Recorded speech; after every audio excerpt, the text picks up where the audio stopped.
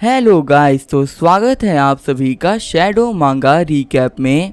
Last episode में अपन सभी ने देखा था ये चैन कैपिटल आ गया होता है और ये चैन गिफ्ट को देखते हुए जियाहोंग बोल रहा होता है ये गिफ्ट तो काफी ज्यादा बेकार है, आखिर ये घटिया गिफ्ट तुम लाए क्यों। एंसेस्टर यान बोल रहे होते हैं जियाहोंग आखिर तुम कैसे बात कर रहे हो, सीनियर ये के साथ में मैं भी ऐसे बात नहीं कर सकता और तुम उनके साथ में इतने रूडली बिहेव कर रहे हो। लगता है कि तुम्हारे प्रिंस की पोजीशन से मन भर गया है। ये चैन सोच रहा होता है क्या इन्होंने क्या कहा, प्रिंस की पोजीशन से मन भर गया है, इसका मतलब ये सभी लोग रॉयल फैमिली से बिलोंग करते हैं और बिंगयान एक प्रिंसेस है। जियानोंग झुकते हुए बोल रहा होता है एंसेस्टर चाहे मुझे कुछ भी क्यों ना कह ले, मैं ये बात गारंटी के साथ में कह सकता हूँ कि जो बंदा है ना ये एक फ्रॉड है। चिढ़ते हुए एंसेस्टर यान बोल रहे होते कि मैंने तुम्हें बहुत बार समझा लिया लेकिन तुम्हारे साथ मैं और तुम्हारे फादर एक नंबर के बेवकूफ हैं जो कि सीनियर को पहचान नहीं पाए और यहाँ पे सबसे चालाक और समझदार इंसान अकेले तुम ही हो। प्रिंस जियानोंग बोल रहे होते नहीं नहीं ग्रैंडफादर, मेरे कहने का वो मतलब नहीं था, मैं तो बस यहाँ पे यही कह रहा हूँ कि इस बंदे ने आप लोग को बेवकूफ बनाया है, नहीं कहीं से भी इसका मतलब ये नहीं है कि आप और फादर बेवकूफ हो। तभी जो एंसेस्टर यान होते हैं वो अपने हाथ उठा देते हैं और प्रिंस जियानोंग को एक काफी खतरनाक थप्पड़ मार देते हैं। एंसेस्टर यान बोल रहे होते हैं कि मैंने इतना बेवकूफ बच्चा आज तक कभी नहीं देखा। थप्पड़ खाने के बाद में प्रिंस जियानोंग सोच रहा होते हैं सभी लोग पागल हो चुके हैं, पक्का से मिस्टर ई ने इन सभी लोग के ऊपर काला जादू किया है। एंसेस्टर यान बोल रहे होते हैं कि हमें इस पॉट के अंदर मिस्टर ई ने फ्रूट्स दिए हैं और अगर ये कह रहे हैं ना कि फ्रूट्स कमाल के हैं तो सच में काफी कमाल के होंगे। मैं ऐसा भी कह सकता हूँ कि हमारी पूरी कंट्री के पास में इतना कमाल का ट्रेजर नहीं होगा। एक बार तुम इस पॉट को बारीकी से देखो, इस पॉट के ऊपर बहुत ही कमाल का काम किया गया है। सोचा जब सीने का गिफ्ट बाहर दिखने में इतना अच्छा है तो आखिर अंदर से कितना कमाल का होगा और इस प्यार से गिफ्ट की खूबसूरती को तुम खराब कर रहे थे। तुम्हारी हिम्मत है सेक्रेट ऑब्जेक्ट को डिस्ट्रॉय करने की, मेरा तो मन कर रहा है कि मैं तुम्हें आज यहाँ पे खत्म कर दूं।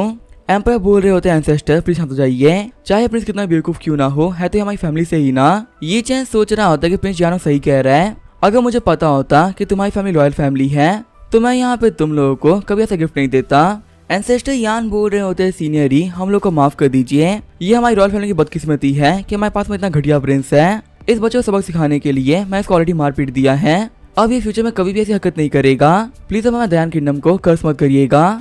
ये चैन बोल रहा होता है नहीं नहीं कोई बात नहीं, इसमें कोई दिक्कत नहीं है। एंसेस्टर यान बोल रहे होते हैं कि हमने आपके लिए कैरेज को तैयार करवा दिया है, आपका मैं पैसा जाने में कोई दिक्कत नहीं आएगी। ये चैन बोल रहा होता है आपका बहुत बहुत शुक्रिया। जब ये चैन कैरेज में जा रहा होता है तभी एंसेस्टर यान पदे को साइड में कर देते हैं। एंसेस्टर यान बोल रहे होते हैं सीनियरी ध्यान से चढ़िएगा। आगे जो ये चैन होता है वो कैरेज में आके बैठ गया होता है। ये चैन बोल रहा होता है कि मुझे पता होता कि लोग रॉयल फैमिली के लोग हैं तो मैं कभी भी यहाँ पे नहीं आता, लेकिन चलिए तो काफी ज्यादा अच्छी बात है, इन लोगों को देख के लग रहा है कि मेरी काफी रिस्पेक्ट करते हैं, ऐसे में इन लोगों के साथ में रहना इतना मुश्किल नहीं होने वाला। लेकिन फिर मुझे काफी डर लग रहा है, यहाँ के जो ये प्रिंस है ये मेरे पे काफी चिड़ा हुआ है, क्या होगा ये छुपके छुपके से मेरे पे अटैक करवा दे, फिर तो मुझे बचाने वाला भी कोई नहीं होगा। क्या मैं वन राउंड से बाहर आके बहुत बड़ी गलती कर दी है। आगे जो ईचन तो कैपिटल गेट के पास में आ गया होता है, खुश होते हुए ईचन बोल रहा होता है कि फाइनली मुझे वहाँ की दुनिया देखने को मिल गई, तो यह दयान किंगडम का इंपीरियल कैपिटल सच में देखने में तो काफी ज्यादा प्यारा है। हम देखते हैं वहाँ पे ईचन ने खुश होने की वजह से भूकंप आने लगता है, वहीं ईचन को भी काफी खतरनाक शौक लगता है। ये चैन सोच रहा होता है मुझे काफी अजीब फील क्यों हो रहा है, देख के लग रहा है कि मैं इस जगह पे पहले भी आ रखा हूँ लेकिन मैं अपने इस फॉर्म में यहाँ पे नहीं आया था, पता नहीं ये फीलिंग काफी अजीब है। सीन चेंज होता है, हमें ईचन गोल्डन टाइम का सीन दिखाया जाता है। हम देखते हैं ईचन की मूर्ति को जो काफी एनर्जी रिलीज कर रही होती है। सारे बंदे बोल रहे होते हैं वह गॉड ईचन को देखो, उनकी जो मूर्ति थी ना वो चमक रही है, कहीं इसका मतलब ये तो नहीं ना जो गॉड ईचन है वो हम लोग को ब्लेसिंग दे रहे हैं। सीन चेंज होता है, हम लोग को ड्रैगन अकेडमी का सीन दिखाया जाता है जहाँ हमें बहुत सारे डिसेबल बैठ के पढ़ाई कर रहे होते हैं। वहीं हम देते हैं प्रिंस को जो कि उन लोगों को पढ़ा रहे होते हैं। हम देते हैं प्रिंस का नाम होता है झैंग चैन। स्मेल करते हुए झैंग चैंग बोल रहा होता है आखिर क्या हो रहा है, हमारे कैपिटल की हवा के अंदर आखिर एक टावर्स की पावर मिक्स हो रही है और ये पावर सच में काफी खतरनाक है, लेकिन अपने ड्रैगन अकेडमी के अंदर मैं इस पावर करने नहीं दूंगा, इस पावर की वजह से मेरी ड्रैगन अकेडमी काफी ज्यादा अनक्लीन हो जाएगी। तभी वहाँ पे एक डिसाइपल दौड़ते हुए आने लगता है जो कि बोल रहा होता है मास्टर यहाँ पे कुछ भी ठीक नहीं चल रहा, लेकिन तभी फ्लोर से पावर लगने की वजह से वो बंदा वहीं पे गिर जाता है। झैंग चैंग चिढ़ते हुए बोल रहा होता है आखिर ऐसा क्या हो गया जो कि तुम इतने बावले होते हुए दौड़ रहे हो, अगर तुम पैनिक करोगे तो तुमने माइंड को खो दोगे। मैंने तुम लोगों को 1000 बार सिखाया है कि चाहे कोई भी सिचुएशन क्यों ना हो हम लोग को पैनिक नहीं करना चाहिए, तो चलो मुझे बताओ कि आखिर यहाँ पे हुआ क्या है। डिसाइपल बोल रहा होता है मास्टर जो हमारा स्टेज हॉल है उसके अंदर 6 सेंट के गोल्डन स्टैचू रखे हुए हैं, लेकिन पता नहीं अचानक से उसके ऊपर गोल्ड गायब होने लगा है, हम लोग को समझ भी नहीं आ रहा कि आखिर यहाँ पे हो क्या रहा है, आखिर वो सारा गोल्ड जा कहाँ रहा है। खड़ा होते हुए झैंग चैंग बोल रहा होता है कि आखिर ये कैसे पॉसिबल हो सकता है, क्या तुमने सुबह सुबह यहाँ पे ड्रिंक कर ली है जो कि तुम फालतू बातें कर रहे हो। आगे वो झैंग चैंग होता है वो हॉल ऑफ सेंट्स में आ गया होता है। सारे सेंट्स की मूर्तियों को देखते हुए झैंग चैंग बोल रहा होता है कि आखिर कैसे हो गया। तभी ड्रैगन अकेडमी के अंदर क्राउन प्रिंस आ जाता है। जियानोंग सोच रहा होता है कि एंसेस्टर ने मुझे सभी लोगों के सामने पीट दिया और मुझे उस कमीने ही चैन से माफी मांगनी पड़ गई। सारे के सारे गार्ड्स के सामने मेरी काफी बेइज्जती हो गई है। आखिर मैं बाकी सारे लोगों को कैसे फेस करूंगा। सभी लोग तो मैं काफी मजाक उड़ाया करेंगे। ऊपर से मुझे मेरे घुटने काफी दर्द कर रहे हैं। एंसेस्टर ने मुझे काफी जोर से मार दिया। तभी झैंग चैंग होता है, वो क्राउन प्रिंस को ग्रीट करता है। प्रिंस जियानोंग बोल रहा होता है, मिस्टर झैंग चैंग आखिर यहाँ पे क्या चल रहा है, आप मुझे तो परेशान क्यों दिख रहे हो, क्या ड्रैगन एकेडमी के अंदर कोई गड़बड़ हुई है। झैंग चैंग बोल रहा होता है कि शायद से हमारे एकेडमी के अंदर कोई बहुत ही पावरफुल सेंट आए हैं, जिनके यहाँ पे आने की वजह से हमारे 6 सेंट की मूर्तियों का गोल्ड गायब हो गया। ये सभी अचानक से आसमान में गायब होने लगा। आप देख सकते हैं सारी मूर्तियां काफी नॉर्मल हो चुकी हैं। शौक होते हुए प्रिंस जियानोंग बोल रहे होते हैं, क्या आखिर कैसे हो सकता है, जो 6 सेंट की गोल्डन बॉडी थी वो यहाँ पे डिकेड से थी और इतने सालों बाद में आखिर ऐसा क्या हो गया जो कि इन सभी लोगों की मूर्तियां पूरी तरह से खराब हो चुकी हैं। झैंग चैंग बोल रहा होता है, क्राउन प्रिंस मुझे आपको एक चीज रिपोर्ट करनी थी। हाल फिलहाल में यही सेम चीज बहुत सारी काउंट्रीज के अंदर हुई है और ये चीज तकरीबन 1 साल से हो रही है। और आपको पता है मैंने इन सब चीजों को इन्वेस्टिगेट करवाया है और आपको पता है इन्वेस्टिगेशन में क्या पता चला। तकरीबन 1 साल पहले जो एम्परर हुआंग है उन्होंने एक टेम्पल बनवाया था जिसमें उन्होंने गॉडी नाम के बंदे को स्टैब्लिश किया है। जब से वो टेम्पल बना है ना तब से ये काम लगातार हुए जा रहा है और आज उस टेम्पल का शिकार हमारा ड्रैगन एकेडमी बन गया। प्रिंस जियानोंग बोल रहे होते हैं, क्या ये बात सच है। झैंग चैंग बोल रहा होता है कि आप ये बातों पूरी तरह से बिलीव कर सकते हैं। उस टेम्पल के बनने से पहले ऐसा कभी कुछ नहीं हुआ था, लेकिन उसके बनने के बाद में ऐसी बहुत सी चीजें हो चुकी हैं। तभी वहाँ पे हॉल के अंदर एक सोल्जर आ गया होता है जो कि बोल रहा होता है कि मेरे पास में यहाँ पे एक रिपोर्ट है। मास्टर बोल रहे होता है कि तुम यहाँ पे किस मैटर के लिए आए हो। सोल्जर बोल रहा होता है, जो गॉड ईचेंग की मूर्तियां हैं वो काफी चमक रही है और उसकी चमक को देखते हुए सभी लोग शॉक हो चुके हैं और अभी इन मूर्तियों चमकते हुए तकरीबन 6 घंटे हो चुके हैं। किसी को भी समझ में नहीं आ रहा कि आखिर मूर्ति चमक क्यों रही है। चिढ़ते हुए क्राउन प्रिंस बोल रहे होते हैं कि मुझे पता था ये सब उस ईचेंग की वजह से ही हो रहा है। उसके यहाँ पे आने के बाद से ही उसने मैजिक करना स्टार्ट कर दिया। वो यहाँ पे सभी लोग को बेवकूफ बनाने के लिए ये कलरफुल मैजिक कर रहा है ताकि सभी लोग को लगे कि उसके यहाँ पे आने की वजह से गॉड ने हम लोग को ब्लेस कर दिया है। सच में वो कमीना यी चैन बहुत चालाक है, लेकिन उसके घटिया चालों की वजह से हमारे 6 स्कॉलर की मूर्तियां फेड हो चुकी हैं, जो कि हमारे 7 स्कॉलर्स के लिए एक बहुत ही बड़ी बेइज्जती है। मेरी कार को प्रिपेयर करो, मैं उसके पास में जाऊंगा, उसे कन्फ्रंट करूंगा कि आखिर वो यहाँ पे ये सब क्यों कर रहा है।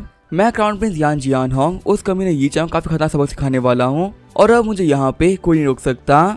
सीन चल होता है, हम लोग हीचे घर का सीन दिखाया जाता है। हम देखते हैं हीचे घर के अंदर कुछ मेड्स को जो कि पेंटिंग्स लगा रही होती हैं। बिंगयान बोल रही होती है कि यहाँ पे इन पेंटिंग्स को थोड़ा ऊपर लगाओ, इनको नीचे लगाने की वजह से ये ग्राउंड को टच कर रही है। साथ ही बिंगयान बोल रही होती है तो काफी ज्यादा अच्छी बात है कि मिस्टर को हमारा रेसिडेंस काफी ज्यादा पसंद आया और आपको यहाँ पे रहने में कोई दिक्कत भी नहीं आ रही है। ये चैन बोल रहा होता है कि ये घर काफी ज्यादा अच्छा है, यहाँ पे रहना किसी को पसंद आएगा। ऊपर से मिस यान आप काफी ज्यादा अच्छी इंसान है, आपके यहाँ पे साथ में रहते हुए मुझे बिल्कुल ही बोर फील नहीं हो रहा है। ये चैन सोच रहा होता है कि रॉयल विला में रहना किसको पसंद नहीं आएगा। मुझे अपने उस घर के अंदर सारे काम खुद करने पड़ते थे, लेकिन यहाँ पे मुझे अपनी जगह से उठने की भी जरूरत नहीं पड़ रही है। काश मैं हमेशा के लिए यहीं पे रुक पाता।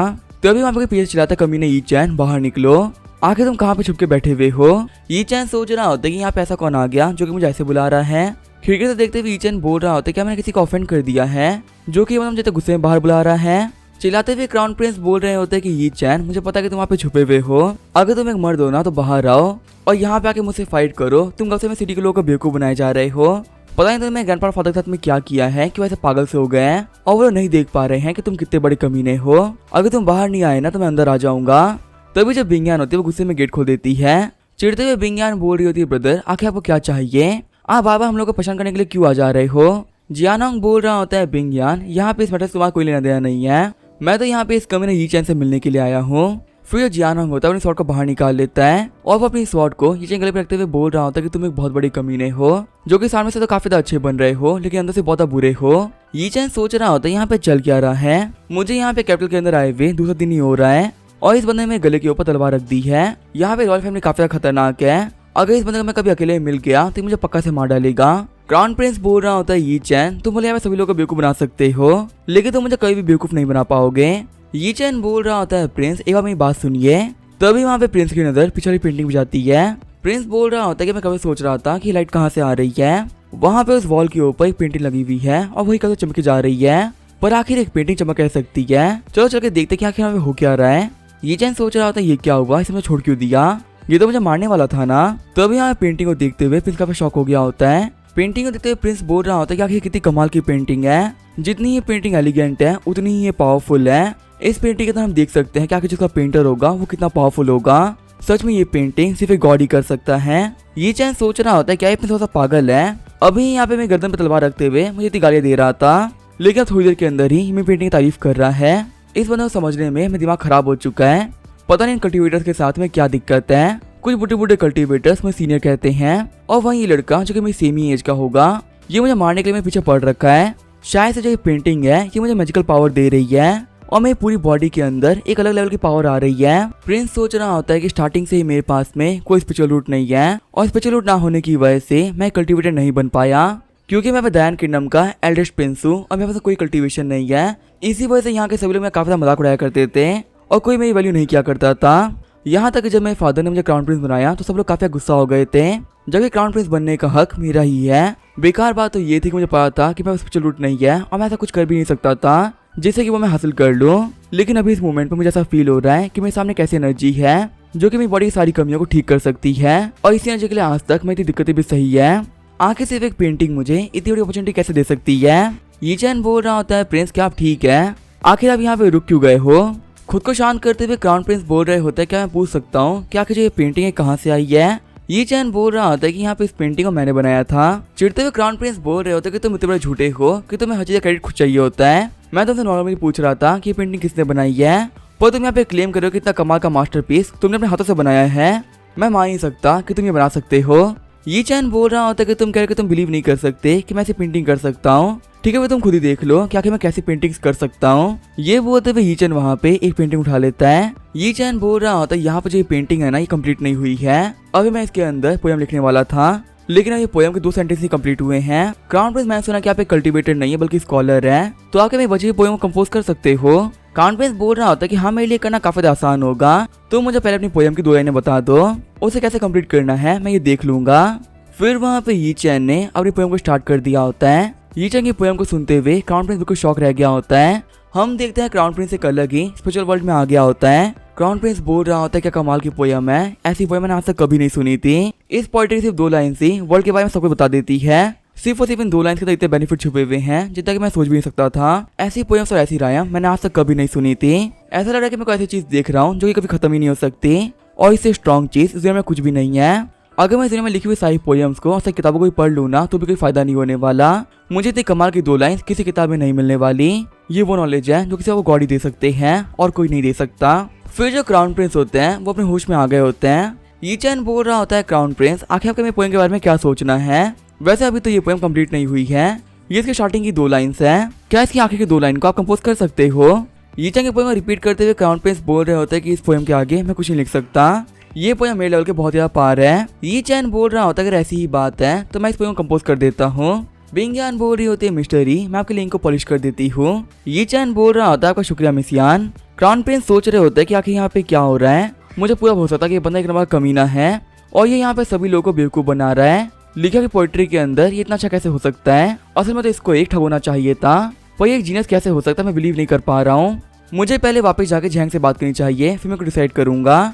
अभी यहाँ पे मेरा दिमाग बिल्कुल भी काम नहीं कर रहा है और अभी मेरे लिए कुछ भी करना सही भी नहीं रहेगा। ये चैन मुड़ते हुए बोल रहा होता है वैसे क्राउन प्रिंस आपका इस पोएम के बारे में क्या सोचना है, लेकिन तभी वो देखता है जो क्राउन प्रिंस होता है वो जा चुका होता है। ये चैन बोल रहा होता है बिंगयान तुम्हारा भाई काफी अजीब नहीं है, ये यहाँ पे बिना किसी को बताए ही आया और बिना किसी को बताए चला भी गया। क्या ये मेरे को देख के ऐसा बिहेव कर रहा है या फिर हमेशा से ऐसा था। बिंगयान बोल रही होती है कि मुझे भी समझ में नहीं आ रहा कि आखिर इतना अजीब बिहेव क्यों कर रहे हैं। नॉर्मली तो काफी अच्छे से बिहेव करते थे, पक्का का दिमाग खराब हो गया होगा। आगे हम देखते हैं क्राउन प्रिंस को जो कि मास्टर झैंग के पास में जा रहे होते हैं। क्राउन प्रिंस सोच रहे होते चाहे मैं कितना ही मना क्यों ना कर लूं, पर उस बंदे ने जो पोएम लिखी थी वो पोएम बहुत ही कमाल की थी। अपने वर्ड्स का ऐसा यूज करते हुए मैंने आज तक किसी को नहीं देखा था और मुझे पता है कि वो बंदा इस लेवल पे है कि मैं उसे मैच नहीं कर सकता। उस बंदे की पोएम और पेंटिंग से देख मैं बोल सकता हूँ कि वो नॉर्मल इंसान तो नहीं है, क्योंकि एक नॉर्मल बंदे की पेंटिंग के अंदर इतनी खतरनाक पावर नहीं हो सकती। लेकिन आखिर कैसे पॉसिबल हो सकता है। देखने में वो बंदा एक नंबर का बेवकूफ लग रहा था, पर आखिर वो एक जीनियस कैसे हो सकता है। फिर क्राउन प्रिंस बोल रहे होता है ड्राइवर मैं ड्रैगन अकेडमी नहीं जाऊंगा, मुझे गॉड ईचिंग टेम्पल लेके चलो। अब इसका ये क्या होगा वो नेक्स्ट एपिसोड में, तो तब तक के लिए बाय और स्टे ट्यून।